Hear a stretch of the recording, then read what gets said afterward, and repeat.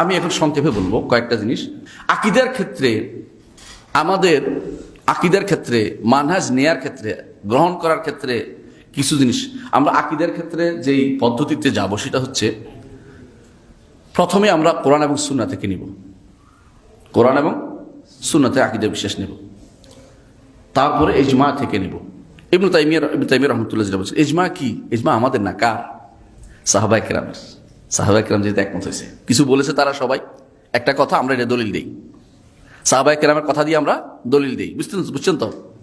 এই জন্য দেখবো সাহাবায়ে কেরামের কথা যখন সবাই একমত হয়ে যায়, এটা দলিল হয়ে যায়। সাহাবায়ে কেরামের ইজমা এটা দলিল, কিন্তু এর নিচে আর যাবো না আকীদার ক্ষেত্রে।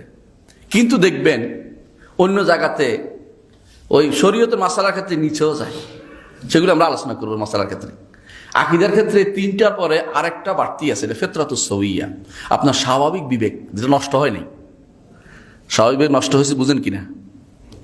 বুঝেন কিনা? আপনার কাছে সিগারেট খাওয়া খুব বিব্রতকর, তাই না?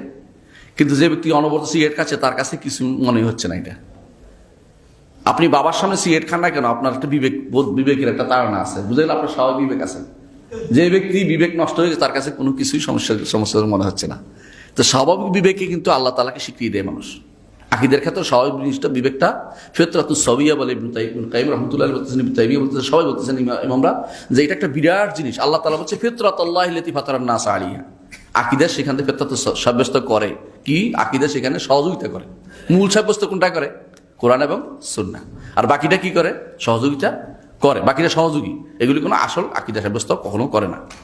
আরেকটা হচ্ছে আকলে সলিম, বিশুদ্ধ বিবেক। বিশুদ্ধ বিবেকও আপনাকে, বিশুদ্ধ বিবেক কেমনে বুঝবেন? বিবেক যদি নষ্ট হয়ে যায়, 2 আর 2 কত হয়? 5 হয়ে যায়, 5 হয়ে যায়। কিন্তু বিবেক যদি ঠিক থাকে, 2 2 4 হয়, 2 2 4 হয়।